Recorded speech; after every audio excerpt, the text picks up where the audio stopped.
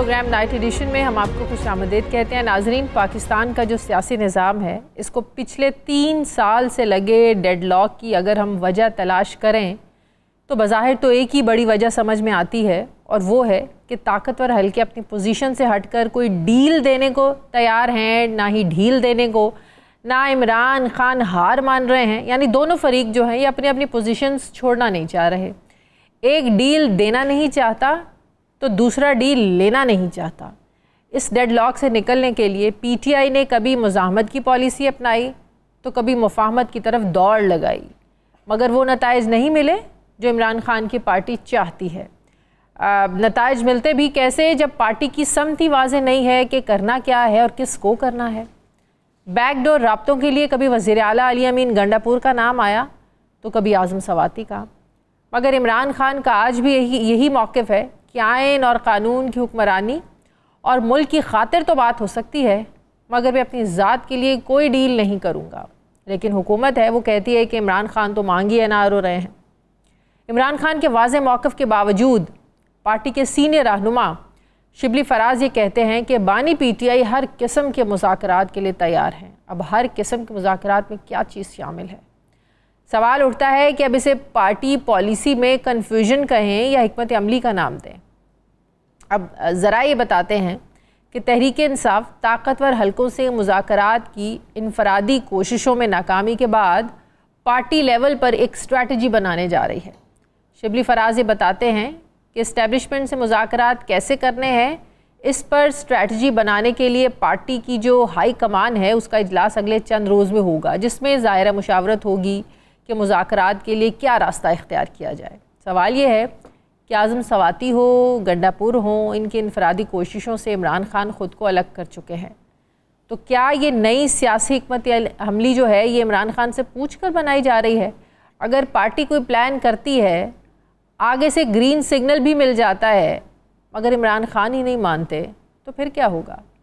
PTI की तरफ से मुज़ाकरात की एक और कोशिश एक ऐसे वक्त में सामने आ रही है जब पार्टी के अपने अंदर बहुत सारे इख्तलाफात चल रहे हैं, और ऐसे में दावे ये हैं कि एमक्यूएम पाकिस्तान की तरह जल्द पीटीआई पाकिस्तान भी बनने जा रही है। यानी एक बार फिर पीटीआई का शिराजा बिखर सकता है। दूसरी तरफ इमरान खान से मुलाकातों को लेकर अलग मसाइल हैं। पार्टी के मसाइल ये वाले अभी हल नहीं होते कि बग़ैर लिस्ट के पार्टी रहनुमाओं की इमरान खान से मुलाकातों पर पार्टी के अपने ही लोग एतराज़ उठा रहे हैं। पीटीआई का एक एतराज़ ये भी है कि हुकूमत जानबूझकर जो हफ्तावार मुलाकातें उनमें रुकावटें डाल रही है। किसी को मिलने दिया जाता है और तो किसी को रोक लिया जाता है। ऐसे में पार्टी को डिवाइड करने की कोशिश हो रही है और ये हुकूमत कर रही है, ऐसा कहना है तहरीक इंसाफ का।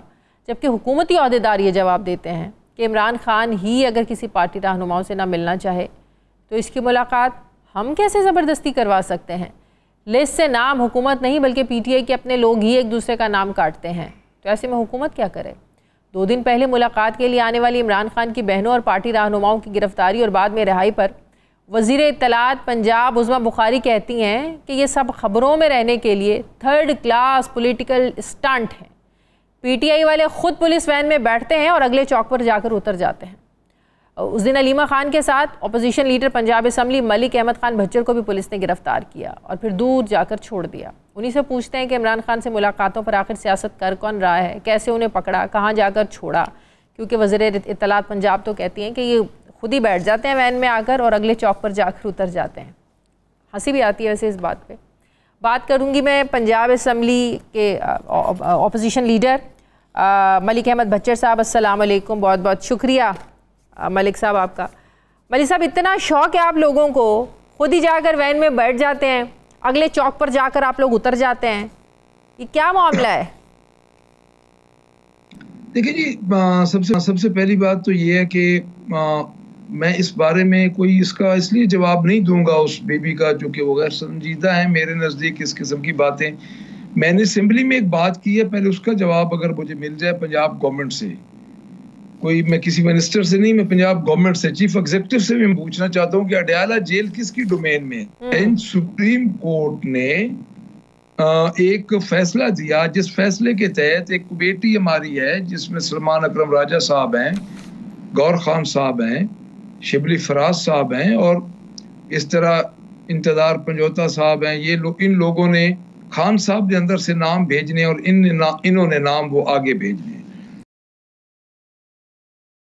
वो नाम हमारे 3 लीडर ऑफ द अपोजिशन थे, अल्लामा नासिर अब्बास थे और सरदार हामिद रजा थे। हम ये 5 लोग थे और जरताज गुल हमारी पार्लिमानी लीडर, उनके नाम गए। किस्सा मुख्तसर, हमें उन्होंने 4 बजे तक नाकों पे रुके रखा। देखिए, अगर हमें शौक हो तो 4 बजे तक ये नाके क्यों लगते हैं 2-2 किलोमीटर दूर जाके? ये तो बड़ी मजे का खेस बातें कर रहे हैं जी। मेरा एक क्वेश्चन था जो मैंने असेंबली में फ्लोर ऑफ द हाउस भी किया है कि हमें ये बता दिया जाए कि अडयाला किसकी डोमेन में है, क्योंकि हमें पुलिस तो कहती है हमें जी ऑर्डर पता नहीं किस तरफ से आता है, उनका ऑर्डर आता है, किन का, ये किन की, उनके कौन है। तो फिर गिले आप बीबी उस्मा बुखारी से ना करें ना, उनसे क्यों कर रहे हैं आप गिले? फिर आप एस्टेब्लिशमेंट से करें। फिर उस्मा बुखारी के हाथ में तो कुछ नहीं है। उस्मा बुखारी साहबा से कोई गिला नहीं किया हमने तो कल फ्लोर ऑफ द हाउस पे ये कहा है कि आप कहते हैं कि पंजाब में हमारी गवर्नमेंट है, हम कहते हैं नहीं है। चलो पंजाब को छोड़ो, अडयाला जेल क्लियर कर दो, वहां किसकी गवर्नमेंट है? देखिए, अडयाला जेल में जिनकी गवर्नमेंट नहीं है, जब उनकी मर्जी आती है इतवार को भी दरवाजे खुलवा देते हैं। जब उनकी, देखिए, अपोजिशन लीडर हो, कोई मिनिस्टर हो, कोई। बचर साहब, आपका नाम सलमान अकरम राजा की जो कमेटी बनाई हुई है, उस कमेटी ने जो नाम दिए उनमें आपका नाम भी शामिल था। जो लोग उस दिन गिरफ्तार हुए उस कमेटी के दिए गए नामों में सब नाम शामिल थे, राइट? यस। कोई ऐसा नाम नहीं था जो उसमें शामिल ना, और बकायदा सुपरिटेंडेंट जेल को नाम भेजे गए और उसने रिटर्न में कुछ नहीं दिया। यही तो हुकूमत कह रही है कि अगर यही तो हुकूमत कह रही है कि जो नाम भेजे जाते हैं, इमरान खान इन लोगों से नहीं मिलना चाहते, तो हम क्या करें? देखिए जी, इमरान खान के 3 लीडर ऑफ द अपोजिशन है, 2 अलाइज हैं, एक पार्लियामानी लीडर है। तो ये तो एक मजे का खेस बातें हैं ना जी। ये तो ऐसी बातें हैं जो कि आज की टेक्नोलॉजी के दौर में उनके अपने अपॉइंट किए हुए बंदे उनको वो ना मिलना चाहें, या इस किस्म की बातें तो ये 16वीं सदी में तो करते। वैसे ये रहे 16वीं सदी पार्टी के अपने अंदर भी इख्तिलाफ है ना। अब सलमान अकरम राजा साहब, गौहर साहब की मुलाकात हो या गंडापुर साहब की मुलाकात हो, अली जफर की मुलाकात हो, उस पर एतराज़ उठाना शुरू हो जाते हैं। मतलब कि पार्टी के अंदर ही इस बात पर जो है वो पार्टी मुत्तफिक नहीं है कि चलें कोई मिल के आ रहा है तो खान का कोई पैगाम ही खान साहब का बाहर आएगा ना। पार्टी ही लड़ना झगड़ना शुरू हो जाती है तो बाहर किसी को क्या मौरूद इल्जाम ठहराना है? देखिए, पार्टी में लड़ाई नहीं है जी, पार्टी में डिफरेंस ऑफ ओपिनियन है। और ये मैं एक छोटी सी आपको मिसाल देता हूँ। देखिए, ये जो मिनरल्स बिल जो हुआ था, इसका माइंस एंड मिनरल बिल जो केपीके में आया है, हाँ। मुझे ये बताया जाए कि ये बिल क्यों रुक गया है। ये पार्टी में लोगों के वर्कर्स का जो तहफ़्फ़ुज़ात थे उस वजह से खान साहब ने ये बिल रोका। इसका मतलब ये है कि हमारी पार्टी में अकाउंटेबिलिटी है। और उसके आप अगर उसके सामने आप 26th अमेंडमेंट का बिल देखें और उनको पता ही नहीं है 26th अमेंडमेंट के बिल का जो स्ट्रक्चर है, जो उसका मतन है, उसका उन मेंबरान को उन्होंने रातों रात जिस हैपेजली पास करवाया। देखिए, पार्टीज में अकाउंटेबिलिटी होती है और पाकिस्तान तहरीक इंसाफ वो पार्टी नहीं है। पीटीआई के व्लॉगर्स ही कह रहे हैं कि माइंस एंड मिनरल बिल्स जो है ये एस्टेब्लिशमेंट की तरफ से एक प्रेशर है, ये उन्हीं के प्रेशर में है। लेकिन दूसरी तरफ राय आती है कि नहीं, इस बिल को रोकें, इमरान खान की रिहाई से मशरूत करें, इमरान खान बाहर आएँ, देखें, पढ़ें, समझें, उसके बाद फैसला हो। अब 2 राय है ना, आप ही के व्लॉगर्स जो है ना वो कुछ बात करते हैं, पार्टी के लोग कुछ बात करते हैं। देखिए, व्लॉगर्स की बात जी को पार्टी की स्टेटमेंट तो नहीं होती ना जी, वो तो उनका जाती है, वो उसको जाती उनकी स्टेटमेंट है, वो ठीक है। लेकिन असल बात ये है कि खान साहब ने बिल रोक दिया। अब जब तक खान साहब उस बिल को ओके नहीं करेंगे, वो 10 साल भी पड़ा रहेगा तो वो ओके नहीं होगा। उसकी वजह ये है। और खान साहब ने क्यों रोका? खान साहब ने रोका है कि सोशल मीडिया, लोग, वर्कर्स, पार्टी, सबके तहफ़्फ़ुज़ात से बिल रुक गया। मेरा कहने का मतलब ये है कि इतनी बड़ी पार्टी है, सिंगल लार्जेस्ट पार्टी है, पंजाब में उसकी हुकूमत कहूँगा, मरकज़ में उसकी हुकूमत है जो जेन्युइन हुकूमत है, तो इतने छोटे मोटे इख्तलाफ तो पार्टी में होता है। लेकिन देखिए, मिलने का मैं नहीं समझता कि मिलने की कोई हरज है। लेकिन खान साहब जिन बंदों को कहते हैं उनको भी मिलाया जाए। पर्टिकुलरली खान साहब की बहनों का तो किसी के साथ कोई इख्तलाफ नहीं, वो तो एक ख़ानदान है, वो तो उनकी बहनें हैं, फैमिली में आती है, उनको क्यों नहीं मिलने दिया जा रहा? देखिए शादी, अभी भी बात यह है कि इस मुल्क में इस वक्त कोई लॉ नहीं है, कोई रूल ऑफ लॉ खत्म हो चुका है, आइन खत्म हो चुका है, अदालतों के दरवाजे इनको बंद अच्छा, एक और कंफ्यूजन नहीं खड़ी हो गई? हम तो यही सुनते हैं, आप लोग यही बताते हैं, इमरान खान तो कोई डील, कोई भी इस तरह बात करने को तैयार नहीं है। उन्हें बड़ी बार, चूंकि आप लोग कहते हैं कि ऑफ़र हो चुकी है कि आप 2 साल के लिए खामोश हो जाएं, आप बनी गाला चले जाएं, आप नथिया गली चले जाएं, आप जमान पार्क आ जाएं, 2 साल के लिए खामोश हो जाएं, लेकिन इमरान खान नहीं मानते। अब शिबली फराज साहब ने नया कट्टा खोला है, वो कहते हैं कि बानी PTI तो हर किस्म के मुज़ाकरात के लिए तैयार है। अब हर किस्म के मुज़ाकरात का मतलब क्या है? हर किस्म के मुज़ाकरात में डील भी आती है, ढील भी आती है, अपने लिए रिलैक्सेशन भी आती है। हर किस्म का मतलब है कि कुछ भी चलेगा? नहीं, ये आपको थोड़ी सी मैं इसमें करेक्ट कर दूं। हर किस्म का खान साहब के मुताबिक जो मुज़ाकरात हैं ना जी, हर किस्म के मुज़ाकरात में रूल ऑफ लॉ ही है। कैदियों की, जो सियासी कैदी हैं, उनकी बातें खान साहब ने तो एक्सेप्ट कर दिया है को, तो वो तो कभी भी डील करके आप ये ना तासुर लें कि हर किस्म के मुज़ाकरात में डील शामिल हो जाएगी।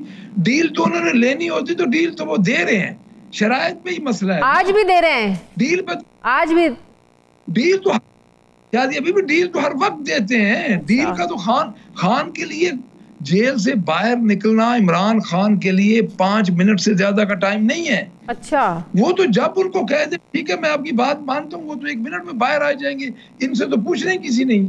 वो तो असूलों पे डटे हुए हैं। वो डील और ढील, आप एक मेरी बात याद रखने, जब भी पाकिस्तान तहरीक इंसाफ की बातचीत के मतलब कोई बात आए, शिबली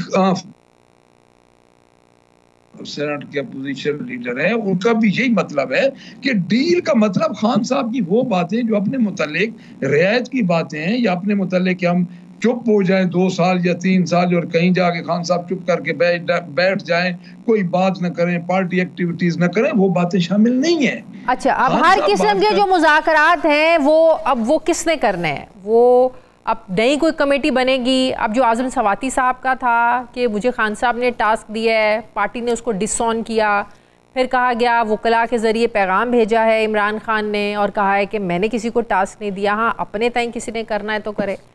तो जो गंडापुर साहब ने की भी बातचीत हुई, क्या वो भी अपने ताई थी? आज़म सवाती साहब की भी अपने ताई थी? ये अपने ताई भी जो करते हैं खान साहब से पूछे बगैर ही कर देते हैं? देखिए मेरी बात सुने, गंडापुर साहब एक मेन स्टेक होल्डर हैं, इस पार्टी के चीफ मिनिस्टर हैं। वो उनके साथ बैठते हैं, अपेक्स कमेटी में बैठते हैं, अमन जरगे में भी जाके बैठे, उनके साथ उनकी रूटीन की मीटिंग्स भी होती हैं, NFC अवार्ड्स में भी बैठते हैं, सारा उनका एक उनकी रूटीन की मीटिंग्स चलती हैं। वो तो कहीं ना कहीं बातचीत हो जाती है डेफिनेटली। अगर आप सुबह से लेके शाम तक देखें तो पाकिस्तान तहरीक इंसाफ के अलावा पूरे पाकिस्तान में कहीं भी कोई डिस्कस नहीं है। और दूसरा, पहला क्वेश्चन ये है कि खान साहब बाहर कब आएंगे, हर बंदा ये क्वेश्चन कर रहा है, पहली बात। दूसरी बात ये है कि यहाँ पे जो जितना भी आप ये देख लें कि पार्टी के जो सीनियर रहनुमाएं किसी न किसी जगह पे खान साहब की राय की कोशिश कर रहे हैं। अपने तय ये मुराद नहीं है कि खुदा न खास्ता वो को पार्टी की लाइन को टो नहीं कर रहे। जब वो अपने पास से कुछ चीजें करके जाते हैं, अगर खान साहब की मर्जी होती है मानते हैं, मर्जी नहीं होती तो नहीं मानते। देखिए एक मैं आपको बात बता दूं, बुनियादी तौर पे इमरान खान की रिहाई इमरान खान के लिए कोई मसला नहीं है। सिर्फ जो प्रिंसिपल है, जो असूल है, जो आप समझ लें कि जो TORs है, उन पे मसला है। TORs इमरान खान डील नहीं करेगा। उनका ये ख्याल था कि जिस नवाज शरीफ और ये सारे दौड़ गए, डील करके चले गए, इमरान खान भी 2 साल के लिए चुप हो जाएंगे। सही। अच्छा, मुझे एक बात बताएं, गंडापुर साहब के सितारे की गर्दिश में तो नहीं? पहले सूबाई सदारत से हटाया, जुनेद अकबर साहब को लगाया, अब वाडा साहब एक पेशन गोई कर रहे हैं कि बड़ी जल्दी खान साहब ने फैसला करना है गंडापुर साहब की किस्मत का, बड़ी जल्दी छुट्टी होने वाली है उनकी। आपको भी पता है कि जो फैसल वाडा साहब हैं उनकी पेशन गोइयाँ कह लें, ख़बरें ही कह लें, और सच्ची सुच्ची ख़बरें होती हैं उनकी, और वो बाद में सही साबित होती हैं। तो क्या गर्दिश में उनके सितारे? क्या खान साहब उनकी कारकर्दगी से मुतमईन नहीं है? नहीं, मेरे नज़दीक तो ऐसी कोई बात नहीं है। ना ही को मेरी इस मामले पे खान साहब से बात हुई है, ना ही को मेरी खान साहब से जो आखिरी मुलाकात हुई है आज से 2 माह पहले, तो देखें वो पार्टी चेयरमैन है, उनका फैसला गंडापुर साहब को भी सर आंखों पे होगा, हर किसी को सर आंखों पे होगा। गंडापुर साहब को इस तरह तो है नहीं कि वो पार्टी के बहुत उनकी कुर्बानी है, बड़े पुराने पार्टी में है, तो मेरा नहीं ख्याल कि ये कोई बात करने वाली है। सितारे गर्दिश में पार्टी में चीफ मिनिस्टरशिप से लेके एक MP तक जो ये एक लेवल पे जब बता पहुंचते हैं ना, इमरान खान के साथ जो लोग खड़े हैं अब उनके लिए कोई ओहदा माना नहीं रखता, और मेरे ख्याल में ऐसी कोई बात है नहीं, तो वो सबके सामने आ जाएगी। ठीक है, डील आप लोगों ने नहीं करनी, वैसे देनी भी किसी ने नहीं, फिलहाल मूड तो लग नहीं रहा, ना ढील मिलनी है, तो एक सड़कों पर निकलना था आप लोगों ने, एहतजाज करना था आप लोगों ने। मौलाना साहब की वजह से रुके हुए हैं क्या? उनके बगैर आप लोग चल नहीं सकते? क्या वजह है? आप लोगों ने तो वक्त दिया था ईद से पहले कि ईद के बाद एहतजाज शुरू होगा और मुल्क गिर एहतजाज होगा और इमरान खान की रिहाई तक एहतजाज होगा। वो कहाँ गया एहतजाज? वो कहाँ गई वो स्ट्रैटेजी? कि मैं कर्ज कर दूं आपको कि खान साहब के लिए वो तो हो रहा है, अब डेली एहतजाज होता है। अब ये परसों जो हमारे कल वाकया हुए, ये इस किस्म के वाकयात तो हो रहे हैं। अब कहीं ग्रैंड ऑपोजिशन अलायंस बनना था बच्चर साहब। देखिए ग्रैंड अपोजिशन अलायंस के मुतालिक मैं आपको ये बात बता दूं, जो बात हुई है पहले ये होता था, पहले जो एस्टैब्लिशमेंट होती थी या वो अपोजिशन के साथ होती थी या खामोश होती थी। एस्टैब्लिशमेंट का किरदार आप नहीं नजरअंदाज कर सकते। हुकूमतों के पास बुनियादी तौर पे जो हुकूमत होती है, जो ट्रू रिप्रेजेंटेशन जिसकी होती है, मॉरल सपोर्ट होती है, वो आवाम की होती है, नहीं है। वो खड़े हैं, जब ये हाथ हटा देंगे ये तो खुद गिर जाएंगे, मुज़ाकरात की जरूरत ही नहीं है। वैसे ग्रैंड अलायंस अपोजिशन बनने जा रही है और बड़ा ये इफेक्टिव एक प्लेटफॉर्म होगा इंशाअल्लाह ताला, जल्दी आपको खबर मिलेगी। बहुत शुक्रिया अपोजिशन लीडर पंजाब इस्लामी अहमद बच्चर साहब मेरे साथ थे, बहुत शुक्रिया आपका। मुझे ब्रेक लेने नाज़रीन, वापस आते हैं वक्फे के बाद।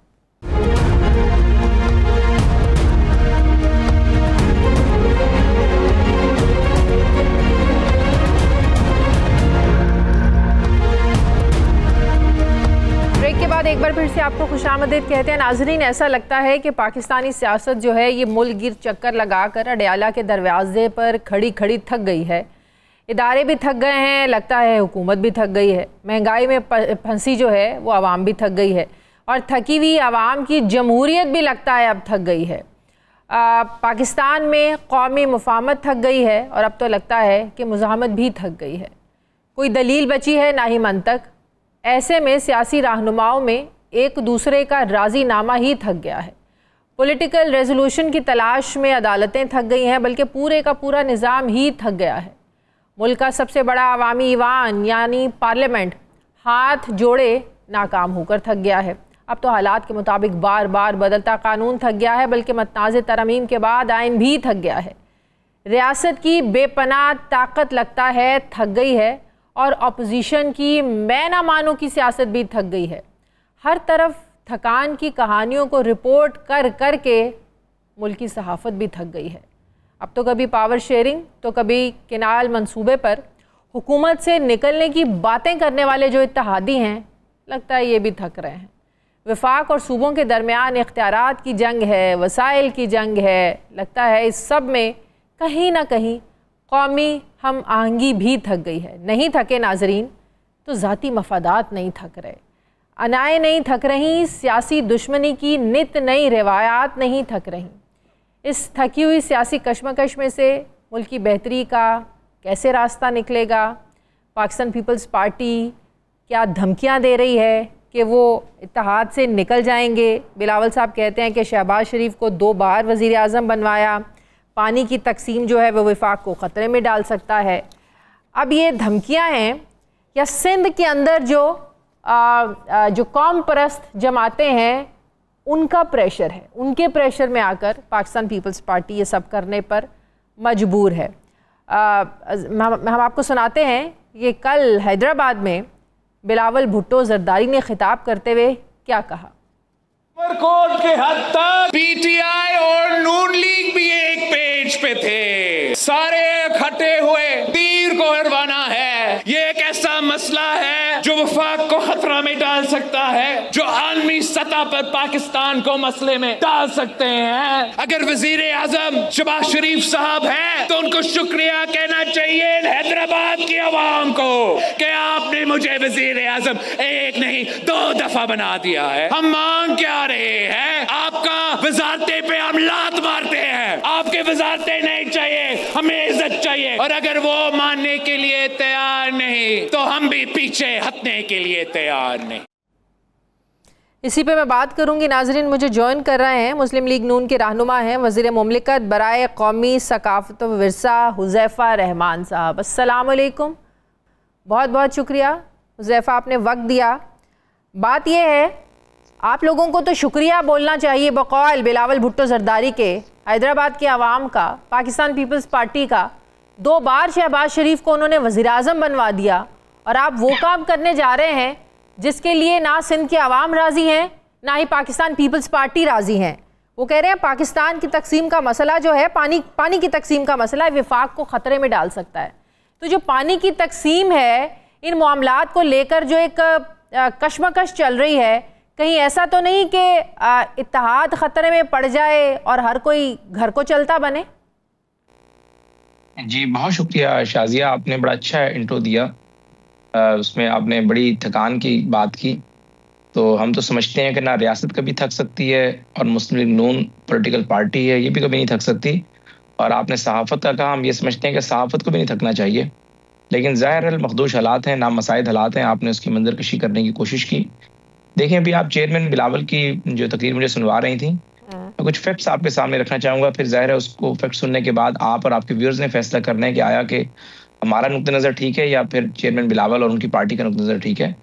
बिलावल साहब ने कहा कि मैंने 2 दफ़ा शहबाज शरीफ को वज़ीर आज़म बनाया, तो उनकी मर्ज़ी है, उन्होंने जलसे में ज़ाहिर बात की। लेकिन हम ये बात कभी नहीं कहेंगे कि हमने बिलावल साहब को 1 दफ़ा वज़ीर ख़ारजा और उनके वालिद साहब को 1 दफ़ा जो है सदर पाकिस्तान बनाया। और मुस्लिम नून के ही वोटों से सिंध में जो है बलूचिस्तान में हुकूमत बनी और मुस्लिम नून के वोटों से ही चेयरमैन सेनेट बने। और इसके अलावा 2 सूबों के गवर्नर वो भी मुस्लिम नून के वोटों से ही बने। ये सियासी कंप्रोमाइज़ होते हैं, सियासी बारगेन होता है। और ज़ाहिर जब आप अलाइज होते हैं तो एक दूसरे के साथ गिव एंड टेक करते रहते हैं। लेकिन ज़ाहिर फरते जज्बात में कुछ ज़्यादा ही बोल गए। मैं बस आपको इतना बताऊँगा कि जब बिलावल खुद वज़ीर ख़ारजा थे, उस वक्त SIFC के क़याम की तजवीज़ सामने आई और इन सब लोगों ने उसको इनकरेज किया। और उस वक्त ये तय हुआ कि पंजाब का जो बंजर एरियाज़ हैं, जो रेगिस्तानी इलाके हैं, और कुछ सिंध का भी बॉर्डर का एरिया है, कश्मीर है, कंदकोट है, पंजाब की साइड में बहावलपुर, सादकाबाद, रहीम यार खान, इन एरियाज़ को आबाद किया जाए। बंजर ज़मीनें पड़ी हुई हैं और पाकिस्तान में ज़राअत ही वाहिद चीज़ है जो कि पाकिस्तान की मईशत की बैकबोन बन सकती है। उस वक्त इन लोगों ने उस पर इत्तफाक किया और उसी इत्तफाक के बाद उस वक्त सारा फॉर्मूला तय हुआ था कि सिंध से पानी जाएगा, सिंध से 6 केनाल निकलेंगी, 6 नहरें निकलेंगी। नहीं, सिंध से तो कोई जाने नहीं, ये इंडस रिवर से ही निकलना था। ज़ाहिर है पाकिस्तान में सबसे बड़ा दरिया इंडस रिवर है और ये जिस एरिया में निकलनी है वो दरिया सिंध से ही निकलनी थी। और उस वक्त सारे लोग इस पर मुत्तफिक थे। लेकिन मैं ज़रा लेट मी कंप्लीट, अब ज़ाहिर है उन्होंने एक नया नैरेटिव दिया और इस पूरे मामले को मुतनाज़ा बनाया है। शायद लोगों का प्रेशर आया, या आपने जो बात कही कि सिंध की जो जमातें हैं अंदरून सिंध की, उनका एक प्रेशर होगा उनके ऊपर या आवाम का। लेकिन मैं समझता हूँ कि हर मसले का एक हल निकलना चाहिए। अगर पीपल्स पार्टी का मामला ये जेन्युइन कंसर्न भी मान लिया जाए, बतौर डेविल्स एडवोकेट भी अगर मैं बात करूँ, तो मुतनाज़ा बात तो ये है ना कि अगर कभी किसी साल बारिशें ना हों और सिंध में भी पानी कम हो, तो जाहिर है कम पानी के साथ जो है जो ऑलरेडी अवेलेबल नहरें हैं उसमें मजीद 6 नहरें ऐड हो जाएंगी। तो सिंध के पास जो है जब पानी गुजरता है पंजाब की हदूद के बाद, हैदराबाद, सखर, ये सारा एरिया दिन समंदर में जाकर गिरता है, तो उसका क्या होगा?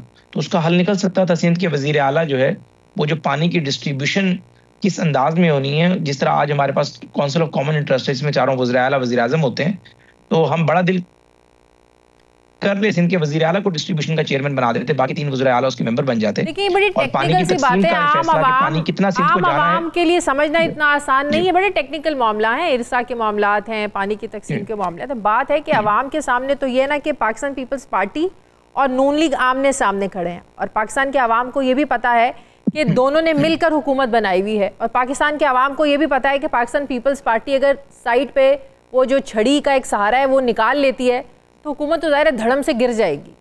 तो बात यह है कि क्या ये नौबत यहाँ तक पहुँच सकती है कि पाकिस्तान पीपल्स पार्टी जो है वो इत्तेहाद से निकल जाए? देखिए जी, जितना पीपल्स पार्टी के वोटों से हम बेनिफिशरी हैं, उतनी हमारे वोटों से वो बेनिफिशरी हैं।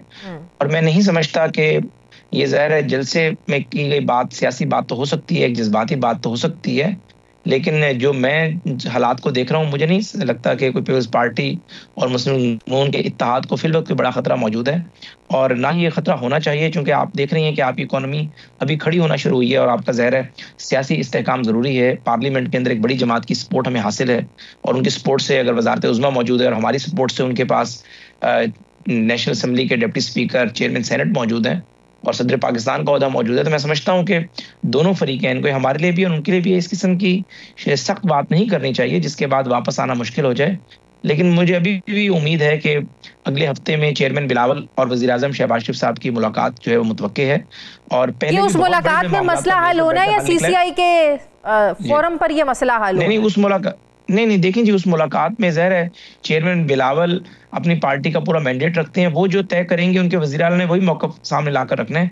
तो एक मुलाकात जो है वो वज़ीर आज़म की, व्हाट अबाउट सीसीआई का इजलास, काउंसिल ऑफ कॉमन इंटरेस्ट? देखिए काउंसिल ऑफ कॉमन इंटरेस्ट में ज़ाहिर सिंध की नुमाइंदगी वज़ीर आला बलूचिस्तान, वज़ीर आला सिंध करेंगे। अब वज़ीर आला सिंध जो है वो अपने चेयरमैन के स्टांस के ज़ाहिर अगेंस्ट तो नहीं चले जाएंगे ना, या उनका स्टांस अगर इंतहाई है तो वो हमारी तरफ नहीं आ जाएंगे। तो उसके हवाले से ज़रूरी है कि कोई भी फैसला अगर सिंध ने करना है तो पहले वज़ीर आज़म शहबाज शरीफ और चेयरमैन बिलावल जो है वो बैठकर इस बात को तय कर लें, और फिर उनका वज़ीर आला आकर वही मौक़िफ़ अख्तियार करें, तो तभी मसले का हल निकल सकता है। तो आप कह रहे हैं पहले शहबाज शरीफ साहब की और बिलावल साहब की मुलाकात हो, उधर से कुछ चीजें डिसाइड हो, उसके बाद सीसीआई का इजलास बुलाएं और फिर बाद में चीजें तय हों। लेकिन सीसीआई का इजलास तो बुला लेना चाहिए था, इतना रिलक्टेंट क्यों है हुकूमत? नहीं, हुकूमत बिल्कुल रिलेक्टेंट नहीं है। देखिए काउंसिल ऑफ कॉमन इंटरेस्ट का मकसद ही यही होता है कि बैठकर आप चारों सूबों को एक मामले पर मुत्तफिक कर लें। इस मामले में बराह रास्त ये मामला सिंध और पंजाब से जुड़ा हुआ है। पंजाब ने अपनी कंसेंट ऑलरेडी दी हुई है कि नहरें निकलनी चाहिए। वज़ीर आज़म साहब ने ज़रा इस मंसूबे को कहा कि इसका हम आगाज करने जा रहे हैं। सिंध इसके अंदर जरा वज़ीर आला के जारियाना मौक़िफ़ सामने आया है, तो अब आप मीटिंग बुलाकर मीटिंग में जारियाना मौक़िफ़ तो नहीं सुन सकते, ना ही आपको इस तरह की बात कर सकते हैं कि एक मामला मजीद मुतनाज़ा हो जाए। तो सियासी लोग सियासी हल ही निकालते हैं, और उसका बेहतरीन सियासी हल यही होगा कि PMLN और पीपल्स पार्टी की टॉप लीडरशिप जो है वो एक मेज़ पर बैठे और इस मामले का कोई ना कोई ऐसा हल निकले कि जो दोनों के लिए विन विन पोजीशन हो और मुल्क को भी इसका फायदा हो। हम ऐसा कोई फैसला नहीं करना चाहते जिसमें सिंध को नुकसान हो और पंजाब को फायदा हो। मैं समझता हूं कि जितना पंजाब हमारा है, सिंध उससे ज्यादा हमारा है।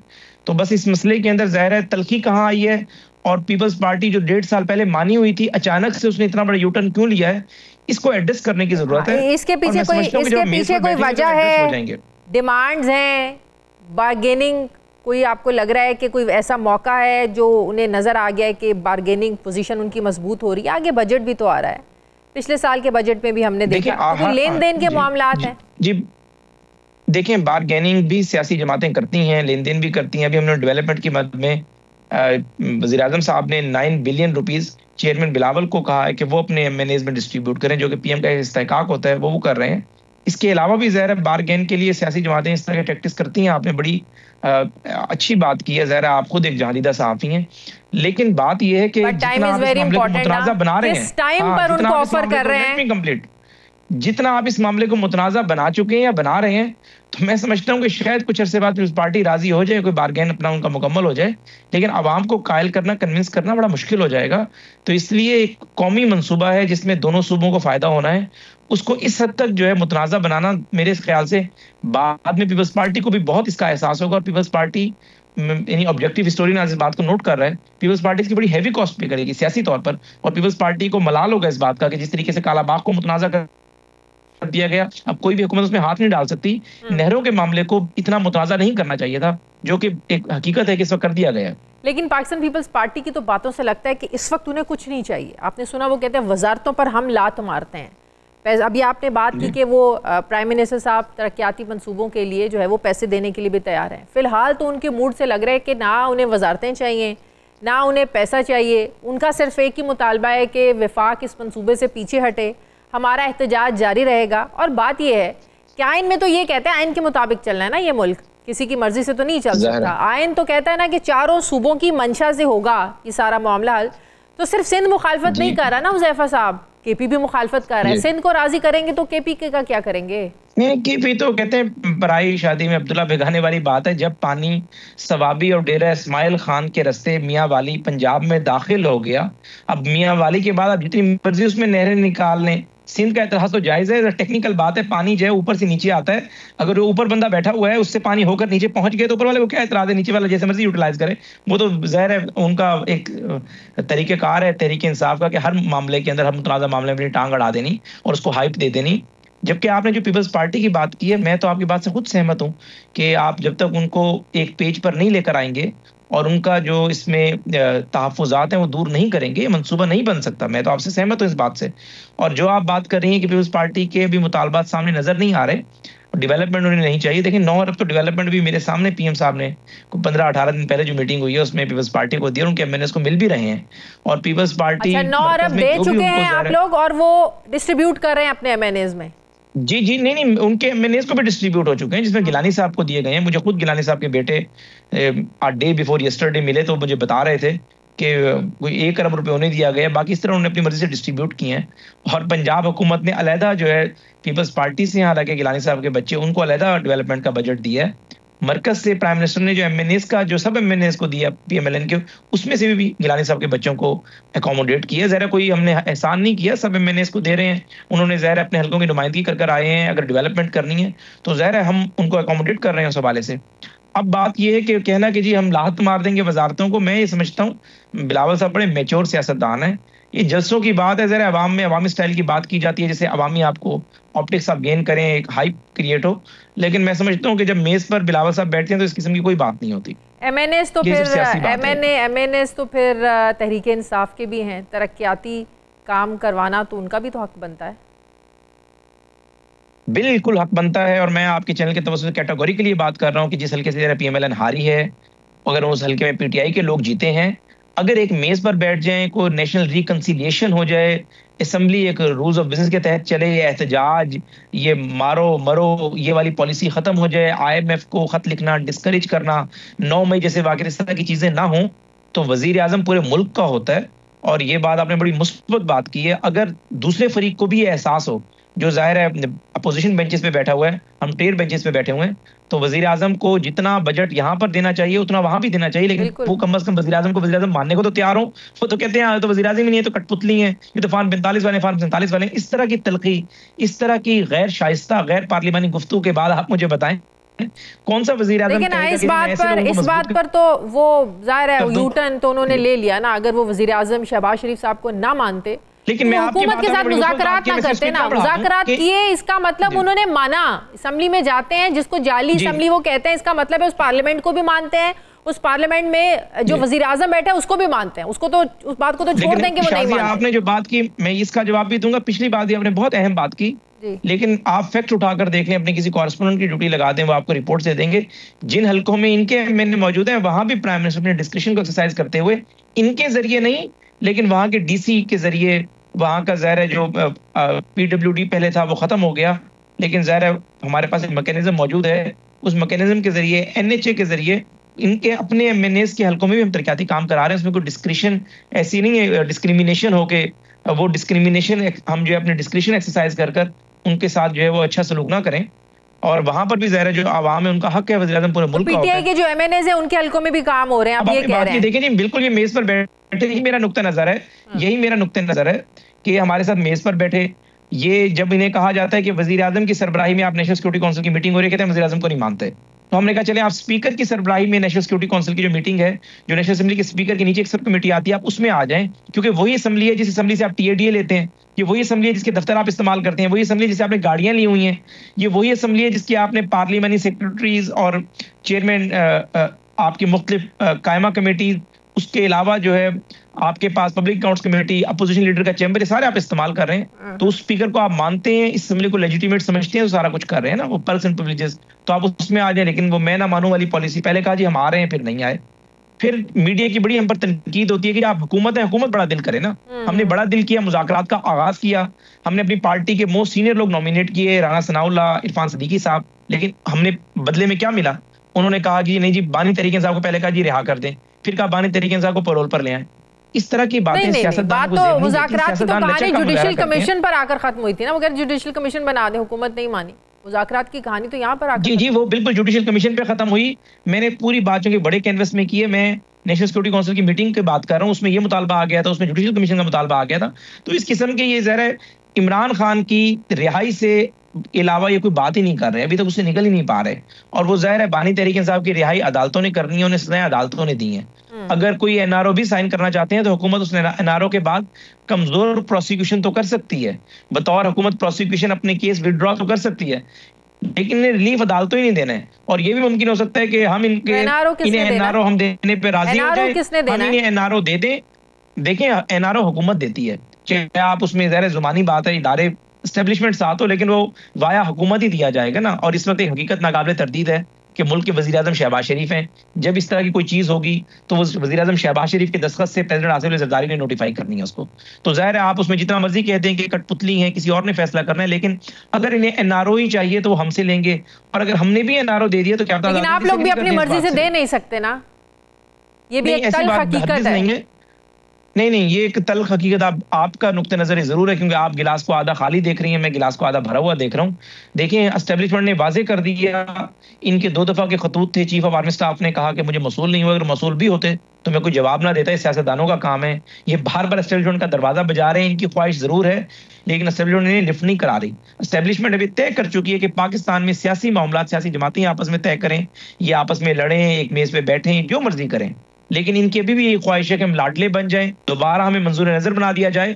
और ये एस्टेब्लिशमेंट पे तनकीद इस वजह से नहीं कर रहे कि सिविलियन बालादस्ती, rule of law, supremacy of democracy हो। ये एस्टेब्लिशमेंट पे तनकीद इस वजह से कर रहे हैं कि एस्टेब्लिशमेंट हमें दोबारा लाडला नहीं बना रही। यानी इनकी तनकीद एस्टेब्लिशमेंट पर, इनकी तनकीद मुसल्लह अफवाज पर लाडला बनने के लिए, कि ताकि हम दोबारा मंजूर नजर हो और इक़्तिदार का रास्ता अख्तियार कर लें। इनकी तनकीद इस बात पर नहीं है कि एस्टेब्लिशमेंट अपनी हदूद क़यूद में रहे, सियासतदान मजबूत हो, नहीं, नॉट एट ऑल। ये सिर्फ चाहते हैं कि मीठा मीठा हप हप, कड़वा कड़वा थूथू, और कोई बात नहीं है। बहुत शुक्रिया, बहुत शुक्रिया। वज़ीर मुमलिकत बरमी सकाफत और विरसा हुज़ैफर रहमान साहब मेरे साथ थे, बहुत बहुत शुक्रिया, आपने वक्त दिया। मुझे ब्रेक लेनी है नाज़रीन, वापस आते हैं छोटे से वक्फे के बाद।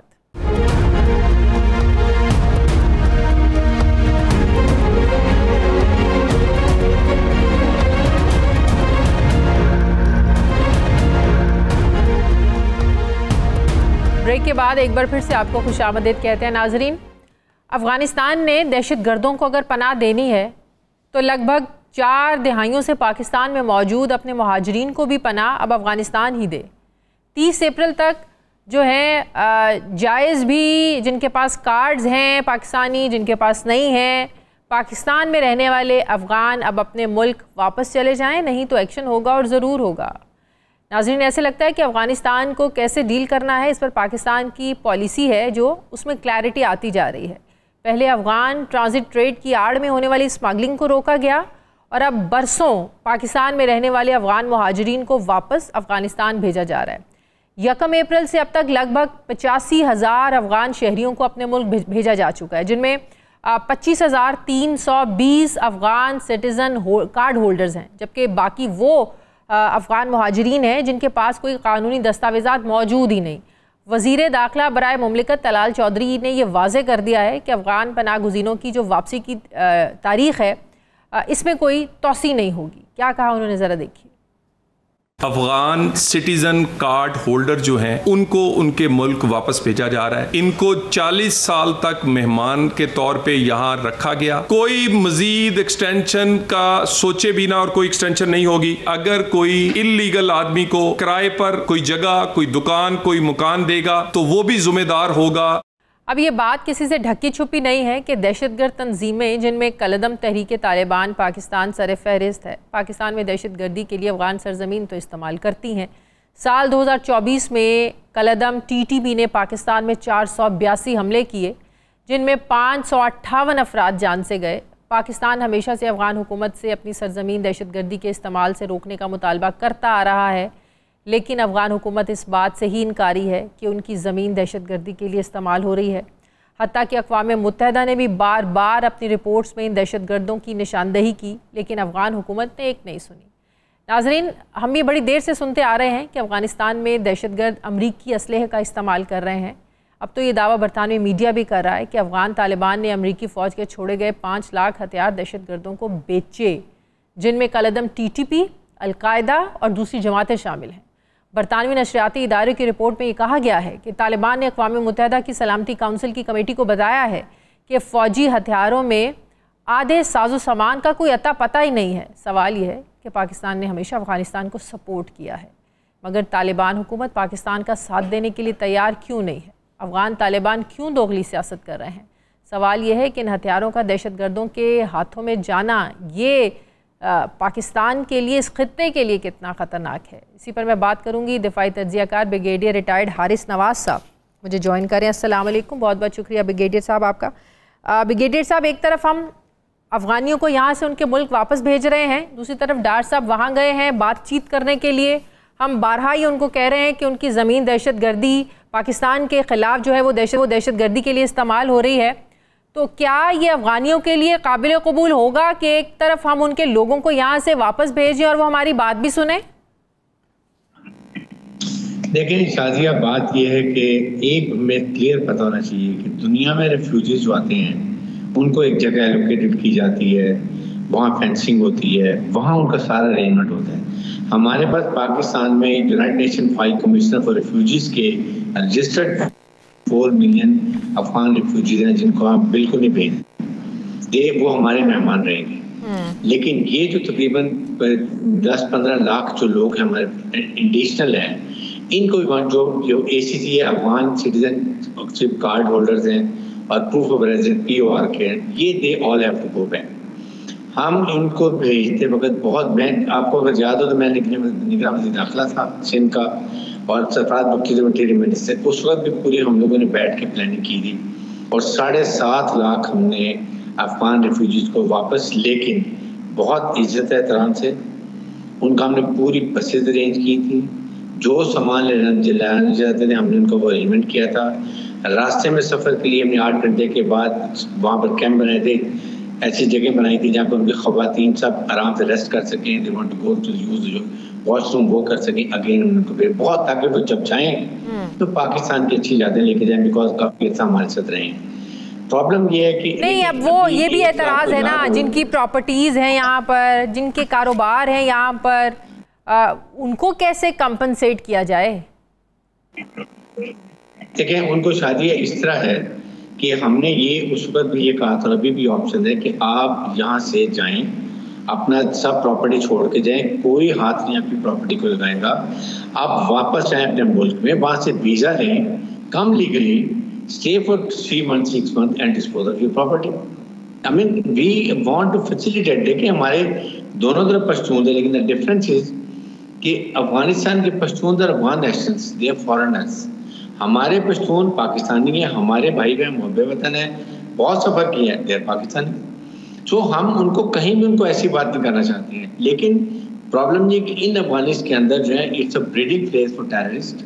यहाँ पर उनको सहूलतकारी भी होती है, यहाँ पर आके वो छुपते भी हैं, यहाँ पर आकर उनको सपोर्ट भी होती है। इन्हीं में क्रिमिनल, स्ट्रीट क्रिमिनल भी कराची में भरे पड़े हैं, इन्हीं में नारकोटिक्स भी चलती है। ये प्रॉब्लम है जिसकी वजह से we at that time decided, जब ये दहशतगर्दी बढ़नी शुरू हो गई थी। सेकेंड है कि देखिए, अफगानिस्तान में हम क्या मांगते हैं, एक चीज़ कहते हैं सिर्फ कि आपने जो दोहा में एग्रीमेंट किया था कि आपने अपनी सरजमीन किसी टेररिस्ट को इस्तेमाल नहीं करने देंगे, please honour your commitment, that's what is demand. हमने आपके लिए क्या किया?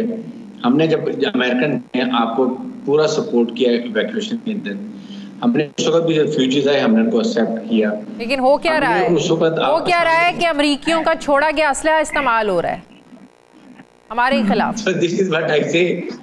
अब आपके सामने अभी वाशिंगटन पोस्ट की रिपोर्ट आई है, उससे बड़ी यूनाइटेड नेशन की रिपोर्ट है कि तमाम वेपन एमुनिशन भी जाफर एक्सप्रेस में M4A1 राइफल्स हैं और जिससे जो दूसरा सब कुछ जो है वो अमेरिकन साथ है।